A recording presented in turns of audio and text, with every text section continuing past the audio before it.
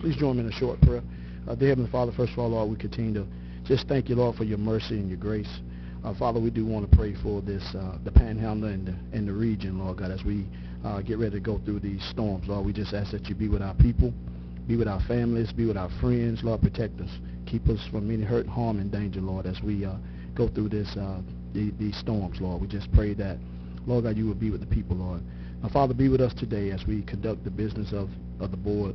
Father, we just pray and ask that you bless this community, bless this board, bless the people in this room. We give you praise, glory, and honor. It's in Christ's name we pray. Amen. Please join me in the pledge. I pledge allegiance to the flag of the United States of America and to the republic for which it stands, one nation, under God, indivisible, with liberty and justice for all. All right, amen. All right, we special meeting here, February 6th. We got a few items on the agenda. We're going to switch it up just a little bit. Instead of going A, B, C, we're going to start with item C and work our way up, and then we'll come back to D. So ship loan subordination requests. Mr. Joe Paul is going to present that for us.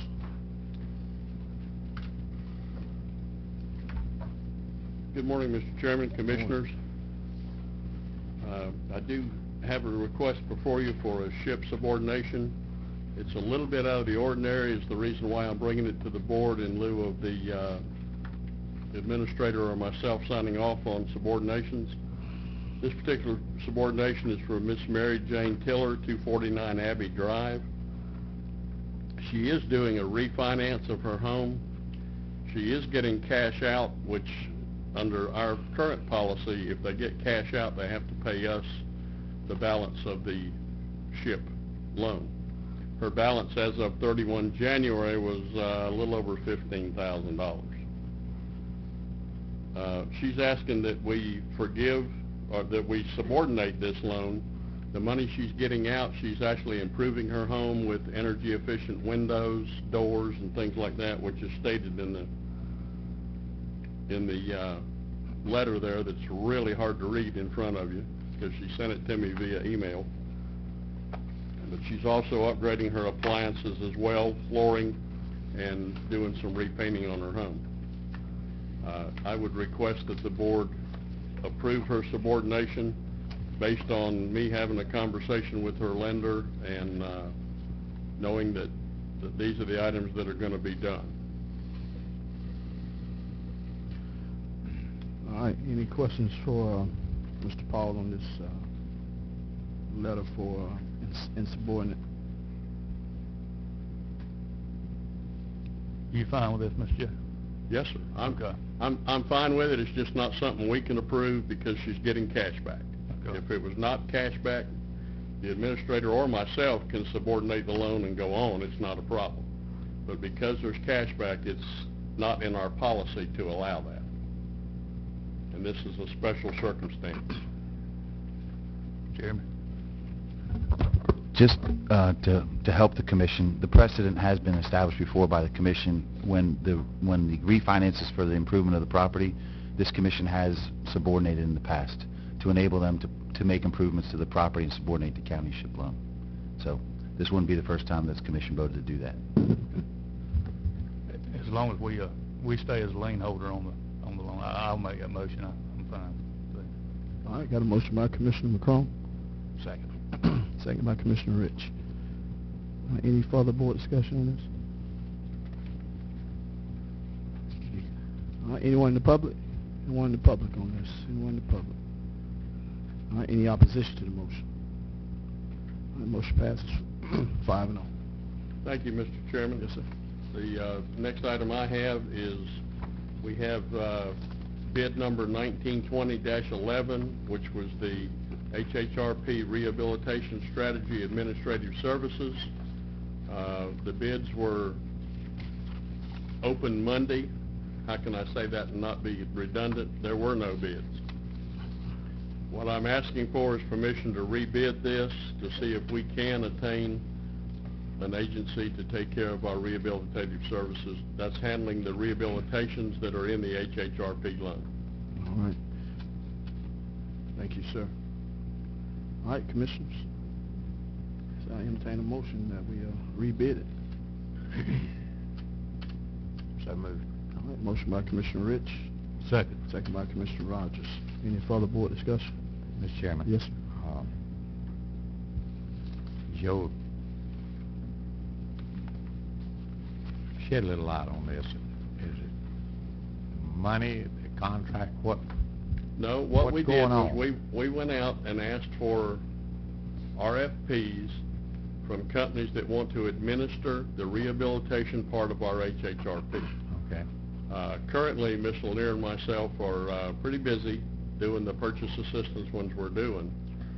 And to adequately do this, we need someone else that's able to make the trips to the house. You have to go inspect the house, you have to do a work write-up, you have to inspect it when it's finished, and that kind of stuff. We'll still maintain the paperwork end of it, and we'll still be the final one to do any approval. The building department will actually be the one to do it, either in St. Joe or here, to finalize it. But we need someone just to help us monitor that and get the contractors out there, get the job done, and get back to us.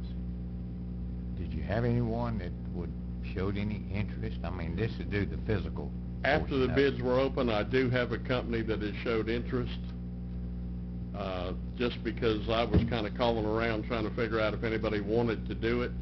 I was talking with Michael Cheney at Florida Housing, and he had a company that he was actually training their people to do this in Mariana, in Jackson County, and they were interested, but they found out the day before the bid was due. Okay. Thank you, Joe. All right, any more questions? All right, we got a motion by Commissioner Rich, second by Commissioner Rogers. Anyone in the public on this rebid? Anyone in the public? All right, any opposition? All right, motion passes 5-0. All right. Thank you, Mr. Chairman. The next part, the HHRP funding, I'm going to ask Ms. Lanier to come forward and present that to you at this time. All right, thank you, sir. Morning. Good morning. Before you have the latest breakdown of our HHRP program, the top sheet gives a breakdown of the money values. Myself, Mr. Hammond, Mr. McCrone, and Mr. Paul met in regards to the funding and the requirements to meet our set-asides. And Commissioner McCrone asked that since he had no very low-income applicants, what could we do in order to make all of the funding work and meet our set-asides. In that meeting, he made a request for his funding. In round one, I allocated according to the money we've already received. I call round one the money we have in the bank. Round two is the money we're still waiting on out of the 5.9. Round one is $3,031,153.84. That is not admin. That actually goes to the applicants. So that rounded out to almost $200,000 per district for very low income. So what you have before you is a proposal, and the proposal is to take $100,000 of Commissioner McCrone's $200,000 for round one that we've already gotten, and take $100,000 of that and spend in his low income category where he had need. The other $100,000 moved to the districts 1, 2, and 4 in the very low income category where we also have need.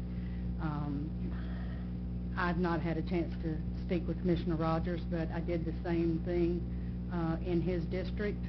He had 2 applications for $60,000 in very low, so that left $140,000. However, we had 1 applicant in the rebid process when we rebid the for very low applications. We had the 1 applicant with the mobile home, the handicapped mobile home. So with that funding that you've already approved, put into that category, along with 2 other applicants in White City that I believe would qualify for funding, that left him about $46,000 that we could use in 1, 2, and 4. So what you have before you, if you'll look, each one of your districts is proposed here, and just to give you a latest idea, it's kind of complicated if you don't know what you're looking at. The green columns are the ones in round 1, the blue applicants are in round 2. If it's white, they're not funded at all in this HHRP program. Red are not qualified. Yellow, there is an issue as to whether or not they will qualify at this time. We're still working on issues such as buying land to put a mobile home, or there's still a question as to whether they'll be funded or not. However, the ones in yellow are allocated in the funding on that first sheet. In the ranking column, if you see purple, those are the mobile homes that we are purchasing in the purple, just for quick identification. In the number category, if you see a brown column, those are the changes that I've made from the previous application sheet, from the applicant sheet. That's what I'm proposing that the board approve today. That means if it's brown and in green, that means they went from round 2 to round 1.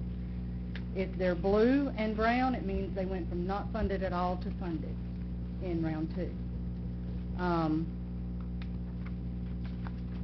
We still have a deficit of 6.8% in the very low. The amount left to spend is $379,000. That's both rounds included. $73,000 in round 1 and $305,000 in round 2.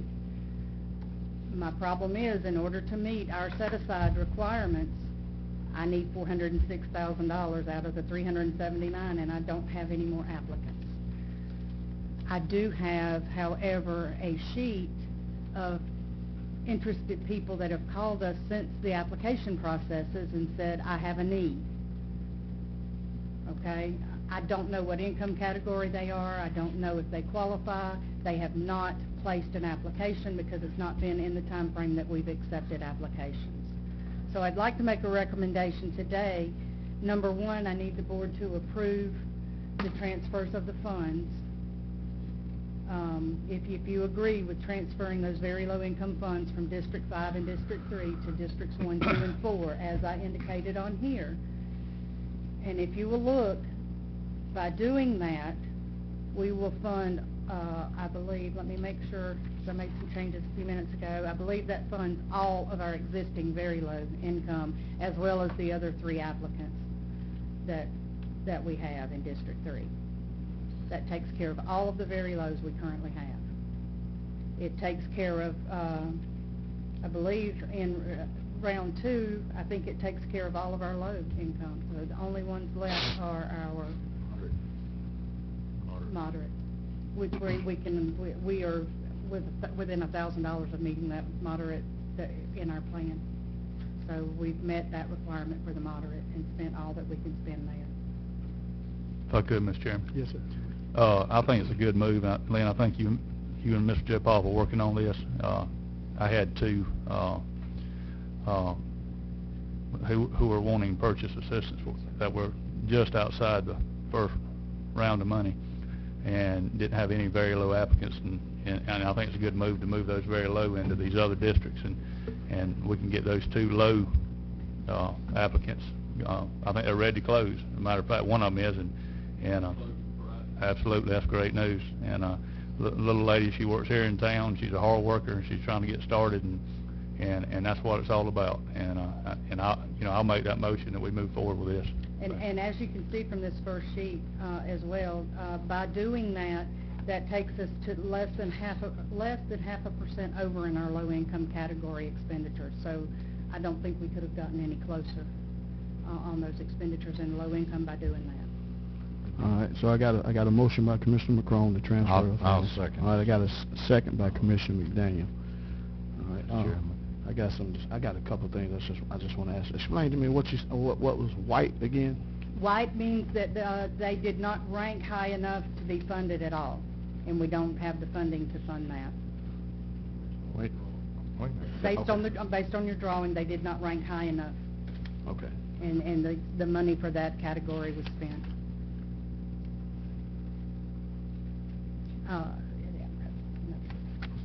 Okay. All right. Did not. They did not. If you'll notice, I believe,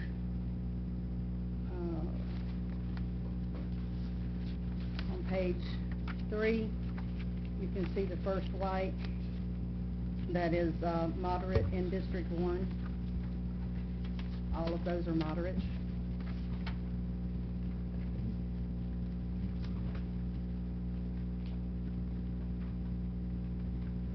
Page 6 is District 2. Has 3 applications in low. Page 7, we have 1 in District 3 in moderate. And that's all white, right? That's the white, yes, sir. So white was, we ran out of money? Yes, sir. Okay. Yes, sir. Lynn, let me ask you a question on that. Are we progressing down the list as far as, say you got people that qualified for the moderate money, and they might not meet the requirements, to get a loan, Are we progressing on down to, you know what I'm saying? Yes, sir. If we're not going to use that money on, those Yes, sir. people Yes, sir, that we drew are. high. As we find an know. applicant that does not qualify or is not eligible for a loan, we move to the next applicant. And I guess what I was saying was, these ones that's in the white now, at some point in time in the near future, they might qualify. That is true, yes, sir. So, And as we find someone that doesn't qualify, we change them from green to red, Okay. and we go on Okay. down the line and allocate the money down. All right. Other thing I just want to say, I just want to thank Commissioner Rogers and Commissioner McCrone for, for wanting to transfer those funds over. So I know our districts really appreciate it. We probably can, I know my district definitely use it. My other suggestion or question is, I need from you guys some type of letter. Because this is what I'm hearing from some people in my district. They approve, they got everything right, but the bank, they need something to take to the bank that's saying that. We do that as, we're not doing it for round 2 because we don't have the money yet, and we've had one applicant that tried to jump the gun and go ahead and get their loan even though we didn't have the funds in the bank. So we're not giving those letters for people in round 2 until we get the money for round 2. Okay. Okay, that's why they're not getting the letters yet. So the people that in round 1 that met all the qualifications. As they meet the qualifications and as they give us, we give them an award letter after they complete their, what we call a RIC, it's resident income certification. They certify their income. We verify all of their information. We hand them an award letter. We tell them to take that to the bank. Okay. But they have to provide us a pre-qualification letter from the bank first to tell us how much they qualify for. Yeah, and see, that's what see, people that- aren't doing. See that's what I'm getting the calls on, because they want to have something before they even go to the bank. They want to have something. We can't do that because in our letter we have to indicate what the maximum amount they're allowed is, and I'm we saying- have to have something from the bank because of the plan. It says half of the amount of the loan. So you can't. But I'm saying you still can write a letter if I'm approved from the SHIP Pro HHRP. I'm gonna get up to $60,000 if I buy something for $120,000. You can't write a letter that I can take to the bank saying if I purchase a home for $120,000, I can qualify up to $60,000 from the HHRP. We can do that, sir, but I don't recommend that because and the reason is these applicants don't always understand this program, and they're not understanding. If we give them a letter saying you're qualified for up to $60,000, they're going to go get a loan for $100,000 and then fuss at us because they're not getting but $50,000. And that's why we're trying to alleviate that problem there. We've had no problems with the bank saying they're pre-qualified for this amount. As soon as they hand us that letter, we know exactly the maximum they're qualified for. We put that on the letter, and the bank moves forward. If anybody's having issues, I would say tell the bank to call us. I mean, we've dealt with the banks directly on a lot of applications. Okay. See, to get it pre-qualified, this is what I'm thinking. Everybody don't have. If I have a letter from saying that I qualified for X amount of dollars, and I take that to my bank, I'm assuming that there's going to be some leeway if my credit is not as up to par where it needs to be. If I'm missing it by 20 points or something, if I got that pre-qualified letter from you guys, I think the bank would be more lenient to say, okay, we know they're going to get X amount of dollars. We But can. that's also ran into a problem with the bank automatically assuming that's the amount they're getting irregardless of how much the loan is. But can you put it in the letter saying the person qualifies from this amount? We can do that. To this It's not- amount. It's not a problem. Okay, because that's the issue I'm running into with with some people in my district. They need some type of letter so they can turn it into the bank saying, so we can at least try to, you know, and if the bank said no, then I mean, and then we at least we did our part on our end and gave them that pre-qualified. Mr. Chairman, if they'll call us, we'll get them something to get to the bank with. It won't be a problem. Okay. All right. Be glad to. Mr. Chairman? Yes. Go ahead. After your vote, I have something. Okay. Go ahead, Mr. McDaniel. Thank you, Mr. Chairman. Yes. For the public record, you know, we don't do this once a month. This is the first time for us, and reminds me of an old bird building a nest, moving the sticks around and all, and we have really had to do this. Learning curve for me, and I know for Mr. Paul and Mr. Lanier here, and the board members. But we'll get through this. And anyway, while we're on this, before we vote here, I know we set our monies at different, you know, very low, and moderate. Yes. But some of these, we may run into contractors that just won't accept. They know that that's not enough money to do the job with. How are we going to address that? We are having monthly meetings with our partners such as the Long-Term Care Committee, help me out here, Judge. Accord? Yeah. St. Vincent de Paul? We're having monthly meetings with them and coordinating the care for each one of the applicants. If someone is short, for instance, we had one of our mobile home recipients who could not pay the tap fees. The city of Wheelo turned down our request for waiver for tap fees. So another agency came in and is covering his tap fees so he can get his mobile home. So we're coordinating with the other agencies for all of these shortfalls. One other question. Yes, sir, go ahead. Mr. Paul, I think you and I were talking, and just for the record here, we were talking about buying this handicap trailer, or buying it. And am I correct that you said the original price has been greatly reduced? Yes, sir. The original price that the board approved us purchasing the mobile home for was $34,000. We met 2 days later with Mr. McCool and his staff from FEMA, and we found out that that's the first offer, and you never accept the first offer. The second offer that they did allowed the lady to purchase the home for $8,700, which we're in the process of doing now.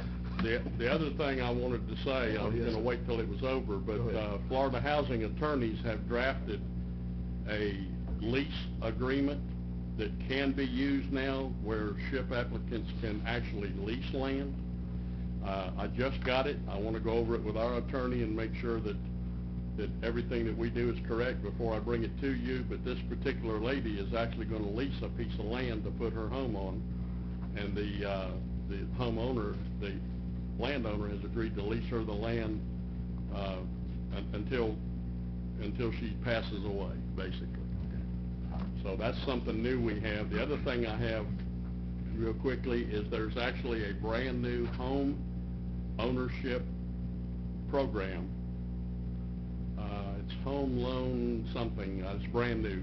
Lady at Florida Housing is administering it, and it is offering a 30-year fixed rate mortgage with a $15,000 down payment to eligible applicants. Tried to get in touch with her yesterday, didn't do it, but as soon as I do and know more, we're going to go to some of these folks that we can't assist and see if we can't get them into that program to help do that. That's good. Like I said, it's brand new. Thank you, Mr. Chairman. As soon as you get that information forwarded to us, so we can. Yes, I sure will. I appreciate it. Sure will. If I could, Mr. Chairman. Yes, sir. Go ahead. Mr. Joe, where are we at far as, I know we've having a hard time far as contractors on these rehabs. Are we any further down? We had talked about... We picked up one contractor at the last application. And that's not going to be even, you know, close to, but I guess what I'm asking is, as far as money, do you think we got enough money allotted in that, you know, prices are sky high all over the county as far as doing contract construction work. You know, I mean, you talk about $25,000 ain't going to go near as far as it used to, but no, sir. We got to get a hold of something as far as the rehab part. And, you know, I know you said Encore was might step in and help us on some of that, but they're helping us on some. In fact, to the point where they can go into the house and start even ahead of us, because we don't have anybody to administer the program. And then we've agreed to come in behind them, or if we're in there first, they come behind us. We have to address energy efficiency and life safety items, and so that's what we're going to be looking for when we go into the homes. Yes, from day one, I felt like the $20,000 and $25,000 might not be enough, but until we actually get in there and look and see, some of the houses are only worth $40,000, $50,000, so you're not going to be able to do over 50%. If you improve over 50%, then you got to bring everything up to code. Then you're talking a considerable amount of money. I would love to have had more money to do rehabs with, but that's the way it was set, and that's the way we qualified applicants based on the sheets you have in front of you, based on $20,000 and $25,000 according to their income level. And I think our reasoning behind that was we could actually go in these homes and, you know, not necessarily do everything that has to be done. I mean, sometimes, you know, if you can get a roof, you can get windows, you can get doors, you know, that goes a long way, especially with the situation a lot of these houses are in now. And I'd love for y'all, you know, say we're going to move on down the road and start, you know, moving forward with this, because we keep talking about it, and we haven't, you know, as far as rehab, we've done nothing, you know. So. Well, let me remind you, I talked to the county attorney and administrator after the storm. You know, I had $25,000 worth of damage to my house, knocked the corner off, got a new roof, sheetrock, I have broke rafters, flooring. I got a lot done with $25,000. Oh, I agree with you 100%. And $25,000 go a long way. And I did too. I had a new roof. I had all, you know, a lot of stuff done to mine. But prices are, my point is, David, is there's so much work out there every day that these guys are, you know, they say if we're going to come back and take the SHIP program, we're going to get paid handsomely. You know what I'm saying? So it ain't like water before the storm. I mean, these contractors are picking and choosing what they want, you know, and if we keep going down that road, we're going to be here the next meeting saying we haven't done anything on rehab, you know. We have been told we're just too busy to even Exactly, get on the SHIP exactly. program. We've You been know. told that several times. And every contractor I talk to every day, I see them every day, talk to them every day, and they're picking and choosing what they want, and you can't blame them. You know, if I can go over here and you do a job for $45,000 instead of $25,000, I'm gonna do it. I'm not gonna, you know. I like you, but you know, I ain't gonna do your job just 'cause me and your friends, you know. But anyway. You want to say something? Just, one, don't forget to carry the motion, but the one thing I'll say that I've learned through this, the county does not want to get in the housing authority business. And I don't know that our caps are wrong, but I can tell you, I was excited for the workforce housing program. I wasn't excited about getting in the weeds with the rehab side, but I can tell you, I think we're helping a lot of folks with these buy-down programs, but I can tell you, you're going to have a disaster in about 6 months, because half of these folks are going to be repossessed. Most of these folks that are getting these programs are getting 9 and 10% interest rates, which are outrageous. There's a few that are low, but most of them have bad credit. Most of them are dependent on third parties to help them pay the deal. So, I mean, the next crisis you're going to have is, what are we going to do when these people get foreclosed on? And it's going to be a vicious cycle. So we don't want to get in the housing project. They are overwhelmed. Their office is overwhelmed with folks. They cannot keep up, so there's no way they can handle the rehab side. So we've tried to go out. We have had some interest. I've talked to other folks that may be interested in running that program, but we're not, just like we were talking about with the contractors. We could have it in place today, and it's not the price. I mean, because Joe was absolutely right. Most of the homes that qualified are not worth more than $50,000. So it wouldn't matter if you set that at $60,000 for rehab. We can get a roof on and do the windows and doors and put some smoke detectors in for $25,000 in these houses. The problem is we've got to get some labor, and it's the same problem in Bay County. It's the same problem in Calhoun County around. So I don't think the cap is the problem. I think it's the labor shortage, because they're not going to be eligible anyway. I mean, if they wanted $50,000 worth of work and the house is worth $35,000, our cap is $17,499. That's all we can spend on it. So, but you know, the housing is a pain. I guess what I was getting at, we just gotta, you know, we gotta fish or cut bait or something, because we keep talking about it, and we've done nothing on rehab, you know what I'm saying? I mean, and I believe we're gonna have some applicants to run the program, but I can't tell you we're gonna have some builders that wanna build on it. Oh, And we may have to split it up, and I agree. I think the wonderful thing, it's hard to coordinate, but I think it's wonderful you got other agencies, the Methodist Church Group and the Long-Term Recovery Committee that have put all these folks together to help folks, but you know, we may come in and we probably get some roofers. We may, you know, replace all the roofs and then turn it over to somebody else to do the rest of the stuff. I mean, we just got to see what we get. yeah, and I'm fine with that. That's my point. You know, get a roof on these places, and then we can go from there. You know. That's right. So. We actually have one of those that we're getting ready to close next week just to put a roof on a lady's house. And one other quick thing, and I think Dr. Pat probably could say more than I could say, because she's the construction lead of the Long-Term Recovery Committee, but they're working on a deal now to get the crews to come in here and do 50 roofs. That's still good, Dr. Pat? So if they come in here and can do 50 roofs, that'll help us, and then, you know, we get somebody to administer the program, the $25,000 might help do a lot on the inside. That's right. Might replace an air conditioner and a few other things that a lot of people, we got a lot of people. I got one customer that their air went out 2 weeks ago, and they're wanting to know when we're coming to do it. Actually, their heat went out 2 weeks ago when it was cold. Yes, sir, go ahead, Mr. Collinsworth. Mr. Chairman, just a word of caution. Mr. Hammond's exactly right. One problem you're going to run into is some of these applicants are going to want that $20,000 or $25,000 throughout the house, and if their house is not valued enough, they can't have it unless you bring the whole house up to code, and you might as well push it over and start all over.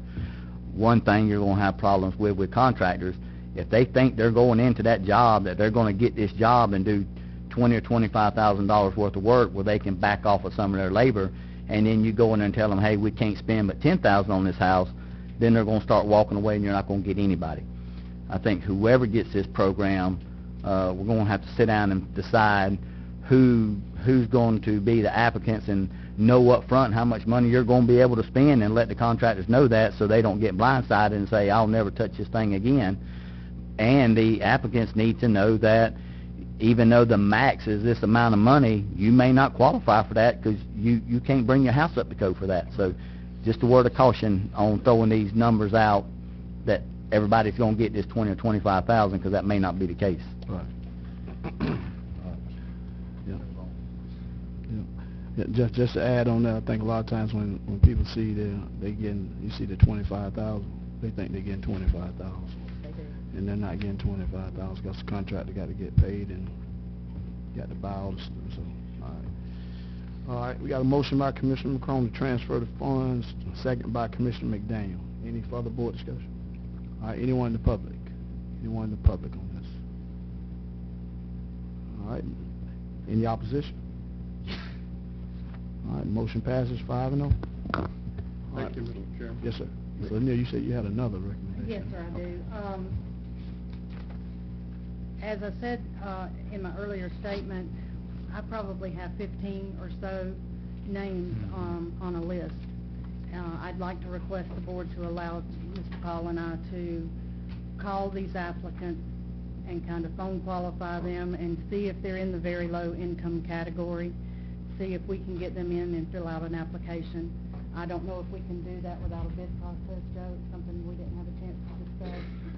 We've already advertised twice for applications. We could ask Florida Housing if we can do that. Put it back out for bid. Put it back out and call these applicants. I need the board to vote for that. All right. So you want a motion to put it, we might as well put this back out for bid, right? So we're going to put that in the motion, to put it back out for bid. Yes, sir. And be able to, Yeah, I'll contact all move of forward, those contact applicants. the Yes, sir. applicants. All right. Mr. Chairman? Yes, sir. I'll make the motion. Motion by Commissioner McDaniel. I need a second. No, second. Second by Commissioner McCrone. Any further board discussion? Mr. That Rogers? was very low. Very low only, yes, sir. Board discussion. Anyone in the public? Anyone in the public on this? All right. Any opposition? Motion passes 5-0. Thank you. All right, thank you, ma'am. Mr. Chairman, can Yes, I sir. skip just a second? Marshall's got a briefing, I think, but I'd like him to give an update on the weather. I had him on it next. You did? Okay. So I'm on top of it. You the man. I called your boss this morning at about 6:50 and told him that he wasn't having to go to school, that he had to be up too. And it looks like he was a little smarter than I give him credit for last night, I thought it. They actually had a briefing this morning at 4 o'clock, and I was wondering if he made it on that one. I think that's why he went ahead and made the call last night. As far as timing, this thing's kind of bouncing around some, but we're going to have a strong line of thunderstorms come through somewhere. They're saying between 12 and 6. I'm thinking more closer to 12 and 2, the way it's moving right now. We have been upgraded into an enhanced severe weather area, and which means that we could receive stronger winds.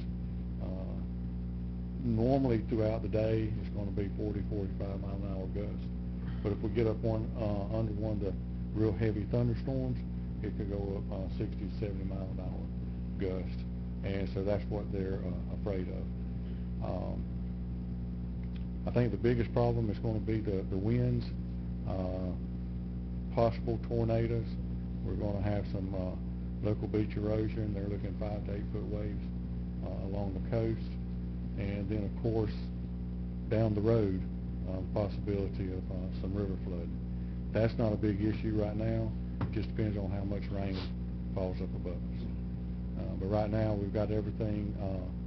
I talked to the sheriff and Chris, and I think y'all are pretty good with staff.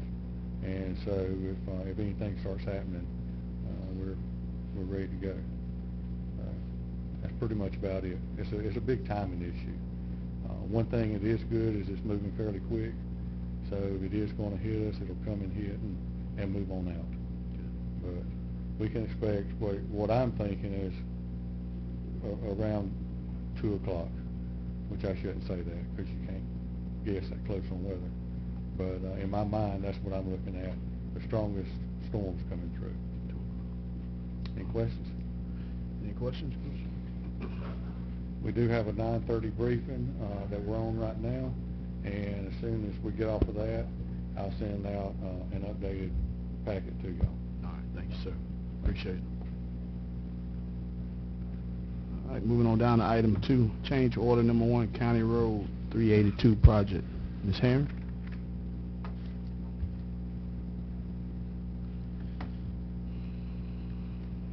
Yes, sir. We have a change order request for Roberts & Roberts on the County Road 382 widening project, or widening and resurfacing project. It is just to extend the time frame. We are still waiting on U.S. Corps of Engineer permits, Army Corps permit.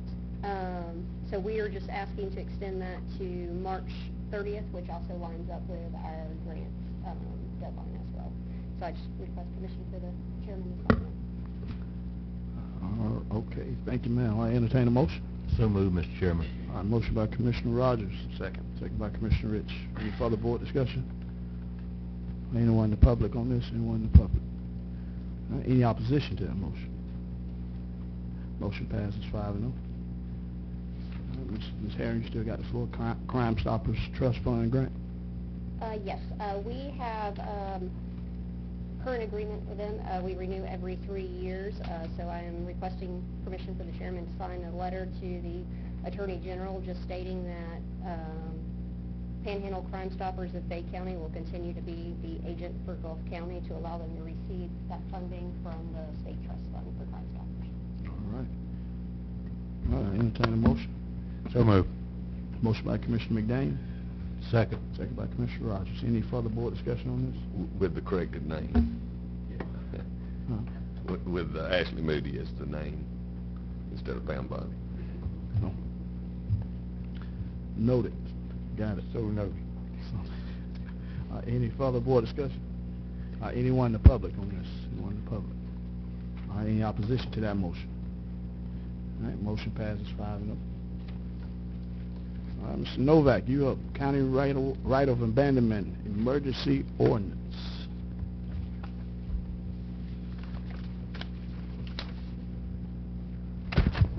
Morning, Chairman, Mr. Commissioners. This ties in with a little bit of the HHRP. Before the holidays, you authorized an abandonment of a right-of-way or alley in Oak Grove. We have that coming up at the end of the month on the 25th during your regular meeting. Today I wanted to show you, we ran into another issue, and we wanted to add this to the agenda under an emergency ordinance under statute 12566, subsection 3. In the Wimico platted subdivision within White City, you'll see right there, I highlighted two for you, platted streets that go back, I think, 65 years. Those platted streets or right-of-ways actually go through people's homes in White City. And this comes up from time to time for various folks on title searches throughout the county, but you have half-century-old platted subdivisions like White City, and we have old platted alleyways or streets.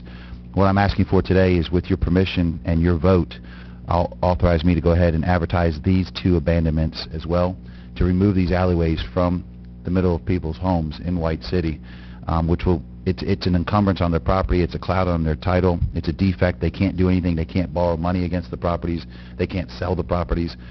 So I'd ask for your permission to add these two additional platted alleyways or unbuilt streets to the agenda for the 25th. I'll advertise them in the paper as we were doing for Oak Grove, and we'll have a public hearing on that date and adopt them through ordinance with your approval. And I'll answer any questions you all have, Commissioners. All right, thank you, sir. Any questions for Mr. Novak? All right. Yes, sir. Mr. Lee? Mr. Chairman, this is kind of unlike some of the most ones y'all have seen. The deeds of these actually, this property is actually included in the deeds that the owners have, where most alleyways are not. They were deeded off 40, 50 years ago with this included in the property owner, so their deed shows they own it. It's just the plat does not, unlike what you have today on most of them. Thank you, Mr. Chairman. All right, thank you, sir. All right, entertain a motion that we move forward and add it to the agenda for the 25th. Yes, sir, and including your motion, the Commission is authorizing us for the abandonment of those alleyways. All right. Entertain a motion. So moved, Mr. Chairman. All right, motion by Commissioner Rogers. Second. Second by Commissioner Rich. Any further board discussion on this? All right, anyone in the public on this? Anyone in the public? Any opposition to that motion? Motion passes 5-0. And Mr. Chairman, if I can, as you've done in the past, which is your custom, you have an abandonment policy that you adopted in 2014. It requires fees, a bunch of steps that the public would go through if someone wanted to petition you to abandon an alleyway. Customarily in the past, the Commission does this on your own. As the governmental body, you waive that policy, so you don't go through the same steps. We're still going to advertise it, we're still going to have the public hearings, we're going to adopt it and ratify it through ordinance, but there's other steps that the public would go through about neighboring properties and what have you, and those have been waived in the past, and ask for your permission to waive them again. All right, I entertain a motion that we waive. So moved. All right, motion by Commissioner Rogers. Second. Second by Commissioner McDaniel. Any further board discussion? Anyone in the public on waiving these fees? All right, any opposition to that motion? Motion passes 5-0. Yes, sir, thank you. Mr. Hammond? Good morning, Mr. Chairman. The last handout that you got from Carrie, No. with her name on the front of it, from the governor's office. I'll say I was pleased that all the commissioners could attend our legislative day last week. We had some good meetings. Y'all got to see firsthand the sausage-making process, and pretty contentious meeting with DEO. I'm glad commissioners chimed in and fought for our position. It appears that the governor's office is agreeing with us. If you'll look at the highlighted part down on page 2, it says, following the feedback we received from our state and local partners and from Floridians across the state, and this is related to IRMA funds, but it's the same pot of money, it's CDBG-DR money. It says, an emphasis has been placed on general infrastructure and hardening projects that reduce the risk of hazards to increase the state's resiliency in the future. Upon approval of the plan, DEO will work with stakeholders to distribute the federal funds to better help Florida and its communities in the future. And it says that at least 50% of those funds will be in the most impacted areas, and it ties low to moderate income, LMI 50%, right on down. It says in all 51 counties are currently eligible for those funds. Now we're in that pot of money, but we'll be a very small fraction. But when they put out the applications, we will approve. We, as I said, they were planning on taking away our money, and the plan that they have is about like that plan they've got for low-income housing, we call it, because it's not workforce housing. They wanted to put virtually all of this money in low-income housing, so we asked them what the maximum you could make in Guff County based on our wage history, which we ought to disagree with. But when they got down to the brass tacks, the guy told us $18,000 was the maximum you could make to be eligible as a single person. So that takes all the teachers, correctional officers, firefighters, law enforcement officers out of the mix. And it's very similar to the boondoggle that we saw a few years ago that we got hoodwinked into putting money into. It won't help the people of Guff County. And most of this money would have wound up in Section 8 housing in Bay County. So we want the Mississippi model. We want it to be tied to workforce housing. We want it to be tied to infrastructure and economic development.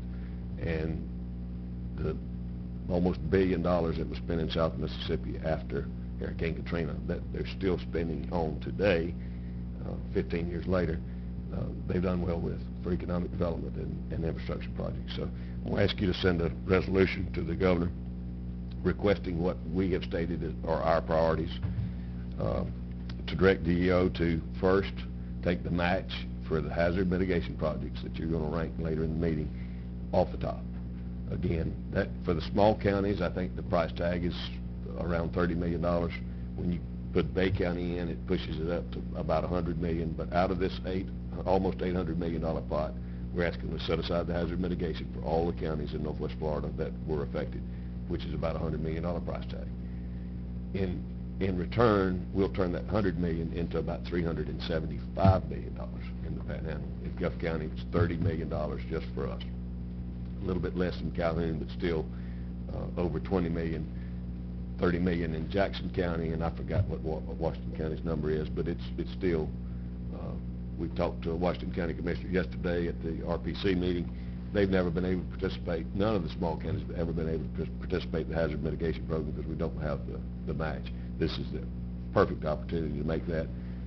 In subsequent meetings, when some of y'all had to come home, we had meetings with the governor's staff, and we've got the indication that they are in support of that deal. So, number one, set aside for the hazard mitigation match. Number two, set aside for the most affected counties a set aside. We want a guaranteed percentage of that pot of money. The way we read it, and our consultant reads it, of the first money, the $588 million, it has to be split between Bay, Gulf, Calhoun, and Jackson. Then the other $200+ million can be spent in any of the affected counties, but it also includes Franklin, Wakulla, Gadsden, Liberty, and Washington, I believe, are the other ones. But we want a guaranteed set aside. Bay and Gulf were the hardest hit counties, and I think our percentage should be somewhere between 15 and 18% of that pot. And number three, we want to prioritize the money for infrastructure, for economic development, and workforce housing. Those are our priorities, and I think based on this model that they're trying to do mainly in South Florida after Irma, that's the model we want. The only thing that would be different is it's a much smaller group of counties than the ones that are affected by Irma, and we need a guaranteed percentage where we don't have to compete against Bay County and the Bay County cities, because we always, when we have a point system, the small counties always get knocked down because we're competing against a 200,000 population when we've got a 16,800 population. So if we could get a resolution for that, we'll send that to the governor's office. The final decision on this is pretty close in the next few weeks or month. And again, I think we have unanimity around with the small counties. We have absolute agreement with all the counties involved on the hazard mitigation measure. All right, thank you, you, sir. Any questions for Mr. Hammond? Commissioners? Good.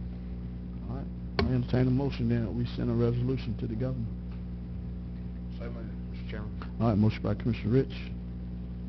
Second. Second by Commissioner Rogers. Any further board discussion on this? All right, anyone in the public?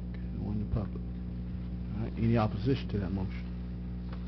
All right, motion passes 5-0. We'll leave out the potential cage match with Commissioner Crone and the DEO guys. I thought that was pretty good. Michael, I said me and you couldn't come back to DEO at the same time. I don't doubt it. It was a pretty contentious meeting. I'm glad that y'all were there to see it, because we get to see that kind of mess all the time. The difference between the face and the difference between staff. The staff's ideas are not always what the governor's ideas are, or the boss man's ideas, and if you don't go fight for your stuff, you're not going to get it, because they're smarter than we are, and they know what we need better than we do. Y'all kindly set me up, you set me right across from the guy, and I didn't even know where I was sitting, so.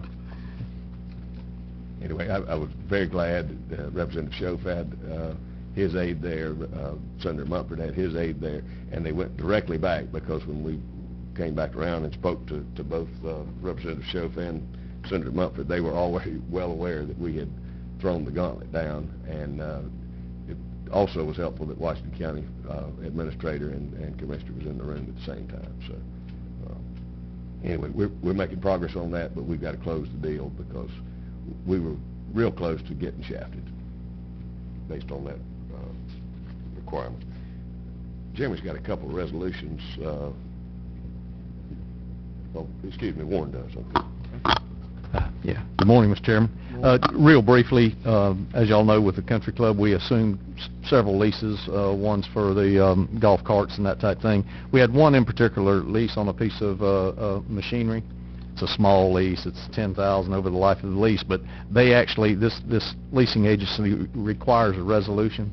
Jeremy's actually reviewed the resolution and put that together, so we need y'all to adopt that resolution for that particular piece of equipment, and it's more for the leaseor than it is for us, but they need it for their records that y'all pass this resolution. So. And I think it's in your packet, so if we could just get a motion to approve that resolution. So moved, Mr. Chairman. All right, motion by Commissioner Rich. Second. Second by Commissioner McCrone. Any further board discussion on this? Anyone in the public? Anyone in the public on this? All right, any opposition? All right, motion passes 5-0.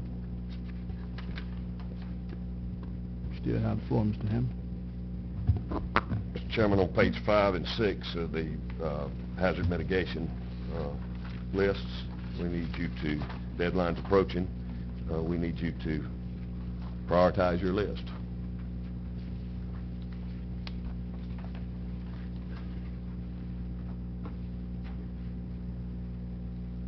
And after you tell me what you want, I'll make some recommendations and give you a little more information.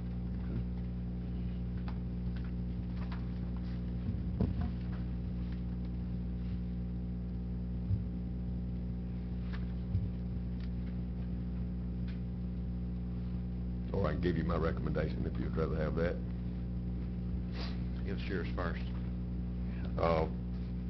I believe Commissioner McCrone and I attended the Community Association semi-annual meeting this weekend, and I told them that my recommendation for number 1 would be the Indian Pass C30B bridge and road elevation.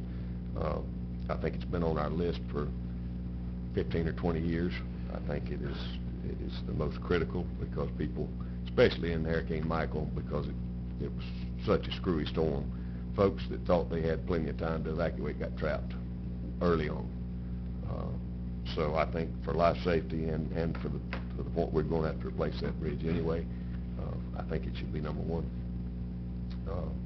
I think number 2, and my recommendation, because of the cost of the deal, would be the water plant inland on the aquifer and a sewer plant inland out of the storm surge area and out of a way where we get cut off potentially for a long time, and it'll rank high on getting water, especially aquifer water, off the coastline, and it's going to be critical for the especially lighthouse utilities, but it's going to be critical for really all the county because we're susceptible on the coast to having been knocked out.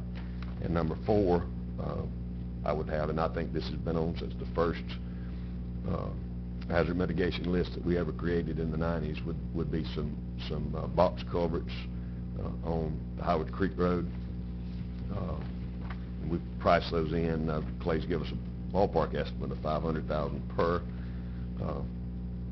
You tell me how many we want to do. I would recommend at least 6, and we can time it before the new construction starts, where it'll be in. It will alleviate, because all that road is a dam. It will alleviate pressure on the north side of that, which will help with flooding issues as far north as we will Hitchcock, but certainly in the Dalkeith area. And it'll allow the water to get south faster, which will wind up dumping into the intercoastal and the Apalachicola River further down. So those would be my 4 recommendations. Marshall and I talked, and I think he had to go to that briefing. A lot of these are small projects, and it's going to cost us, we haven't finalized the number, but I don't pay $5,000 for a grant consultant to write a grant for a $7,500 generator. So we've got potentially some other pots. There are quite a number of these generators on here, and radio control room generators. So I just would not recommend going for these small potato items, but for the big items, because we've got $30 million potentially to spend on these, and again, the road project, I think we've put in at $2.7 million in the rough ballpark. If we do 6 of the box culverts, that would be $3 million. So the balance between water and sewer, it'll take it all.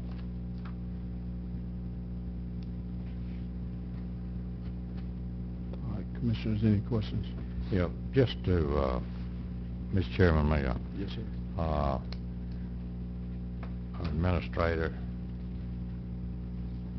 Commissioner Rogers and I, we sat on the Transportation Board representing this county along with Bay, Holmes, and Washington. And yesterday at our meeting, the 30B, we were ranked number 2 for these 2 projects. So Holmes got nothing. Who's the other one? We don't know where. Washington, nothing. Bay got a bridge over there, which is very vital, and in Gulf County, and that goes back to this old saying: if you're not there when you cut the pie, you're not going to get any pie. So, Mr. Rogers, thank you for us being there and looking out after Gulf County. So we're on board for those 2 projects, 30B, down in your district, Commissioner. Thank you, Mr. Chairman. Yes, sir. Any other questions for Administrator?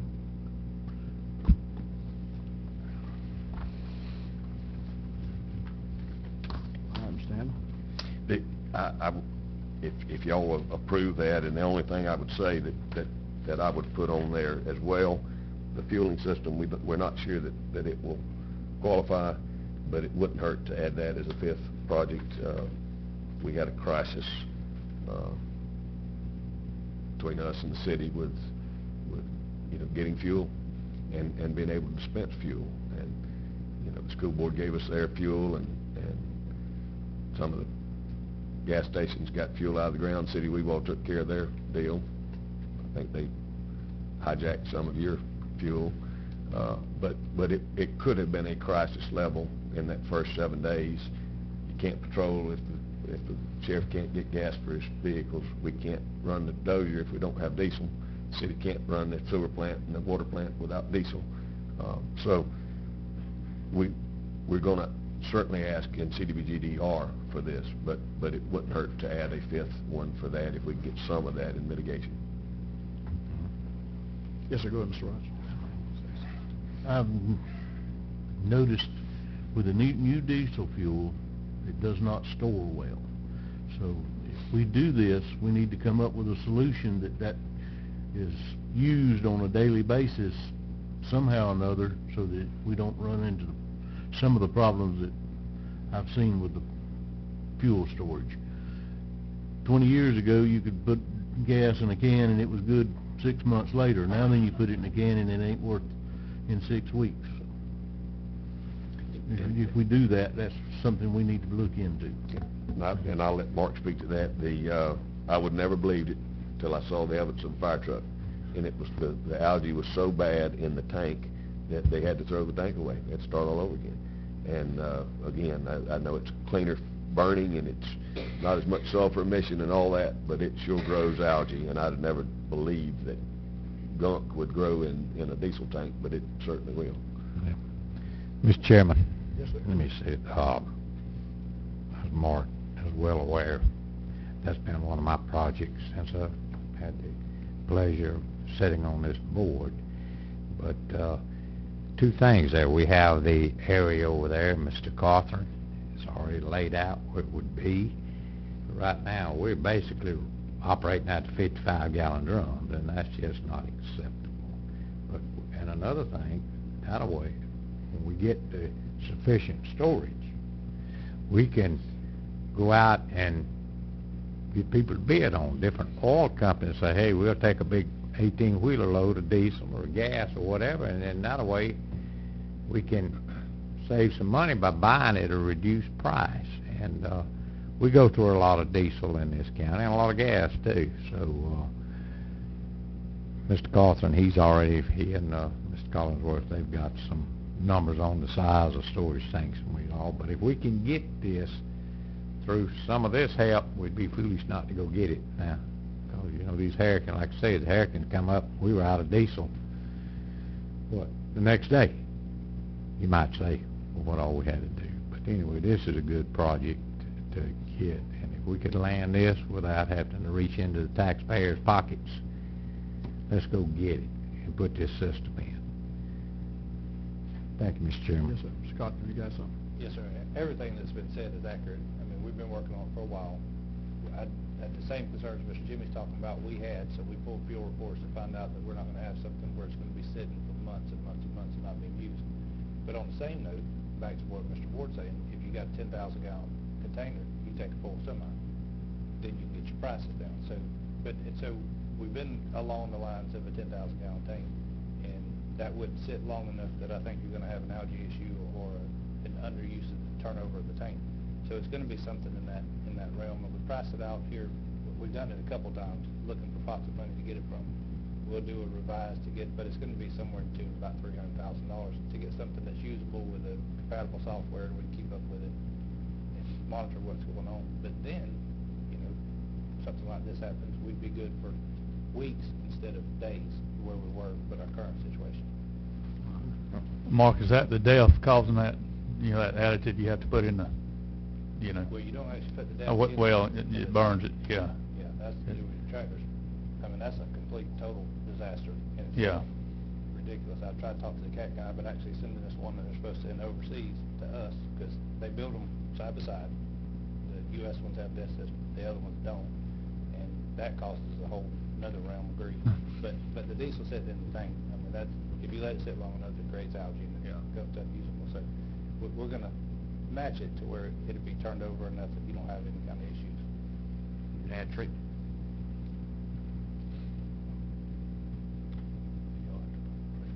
You got something else you want to add? All right, so we got to move it. We got to make a motion, right? All right, what's the wishes of the board? Accept, Mr. Chairman, I'll make the motion we accept Mr. Hammond's proposal or his arrangements for these projects. I got a motion by Commissioner McDaniel. I'll second it. Second by Commissioner Rogers. Any further board discussion on this? Anyone in the public on this? Anyone in the public? Any opposition? Motion passes 5-0. I think I got, well, I know I got permission last time to get with the consultant. We will have him draft these 5, or however he packages them up, these priorities that you just approved, and get them in before the deadline of March the 10th. I hope we get them in by March the 1st, where I won't stress about it. But Warren has been working with them, and again, we got a quick timeline, and it's going to be a little pain, and I haven't finalized the price, but it is not going to be an unreasonable price. So just to cover our bases when we get these applications ready for submittal, if we could get a vote for the chairman to sign these and submit them. All right, I entertain a motion. So moved. Second. All right, motion by Commissioner McCrone, second by Commissioner Rogers. Any further board discussion? Anyone in the public? Anyone in the public on this? All right, any opposition to that motion? All right, motion passes 5-0. A couple of weeks ago, we went to meet with DOT and Chipley, Warren, myself, Gary Madison from the Port Authority, and Chris. And we've been going back and forth. We met last week with them in Tallahassee. We need to officially request a letter that I think went out yesterday to put the $20 million back in the DOT 5-year work plan for the dredging of the St. Joseph Port. You need a motion? Yes, sir. So moved. All right, motion by Commissioner McCrone, Second. second by Commissioner Rich. Any further board discussion on this? All right, anyone in the public requesting this money come back? All right, any opposition to the motion? All right, motion passes 5-0. If Lee can give a quick update on the timeline for the 5-year work plan. Most of your staff worked on that Monday. I was in and out. I had all I could handle the part that I was in, but Lee, if you'll give them a timeline. Yes, sir. Mr. Chairman, we met this week on your annual capital improvement program. Some of the projects needed to come off that's been completed. Projects that need to be added, we put on. We had department heads from several departments. If there's any special projects that any commissioner needs, please let us know. We'll have our first hearing will be at your next board meeting to try to you'll read that, and I can get you copies of everything once the changes are put in. So then the following meeting will be the second and final one, but mainly we put in some stuff for Salinas Park and some roads out there at St. Joe Beach and Dead Lakes Park, and just all the stuff that we normally do with grants with Honeyville Park, and I don't know if we did anything with Odina or not, but several projects, Highland View, that had been talked about that the board has agreed to go get grants for. We added them in mainly. I think the biggest one coming up is still our 386 repaving, widening, Doc Whitfield Road. I think they were doing some stuff at White City Boat Ramp down there, trying to get some stuff done there. Of course, the Indian Pass Road was a big issue. We got it as high priority as there as well. I think some of the other projects on the Bayside, Salinas, and some of those were just about complete that we'll end up taking off. As soon as we get the updates put in there, I'll get a copy to each of you guys so you can look at them and see. And if there's something we've missed, feel free to let us know. We still got some time to put it in. I think there were some roads in St. Joe Beach we added, just a ton of stuff. Some stuff, I think, golf course. One, do we have something out there? Thought we did something for there was just a lot of stuff going on, so we'll get it put in, let you look at it. But we did take off the stuff that was completed or right at completion that we'll write off of that. And like I say, you've got some time to look at it. If there's anything you need to add, please let us know. We'll add it in so you'll be able to, we got this meeting and next meeting to finalize it. So if anybody's talking to you in your district, that some stuff that they need, please let us know and we'll get it put in for you. All right, thank you, sir. Mr. Chairman, last thing I have, after seems like forever, the NRCS project is moving forward. I'm going to let Mark give you an update on that. I was proud to get to see you with the governor and Secretary Moskowitz and their speech in the Capitol last Wednesday.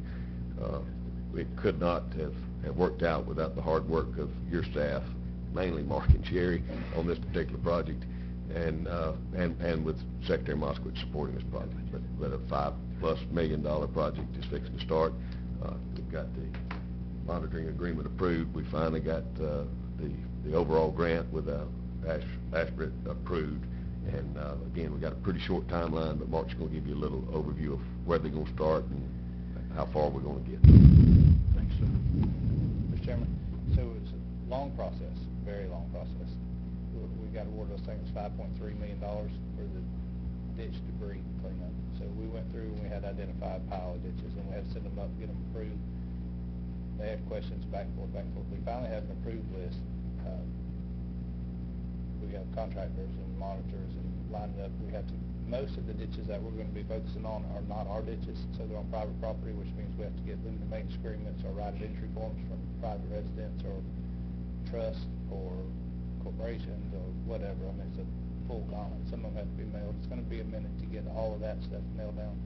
We're still going back and forth with a little bit of finalized paperwork within RCS, but our 220-day time clock has already started. And so in the very near future, next couple of weeks, I would assume you'd start seeing crews back out on debris hauling a different kind of equipment. These people are, they call it a forwarder, and I've not seen one in person, seen the video of one.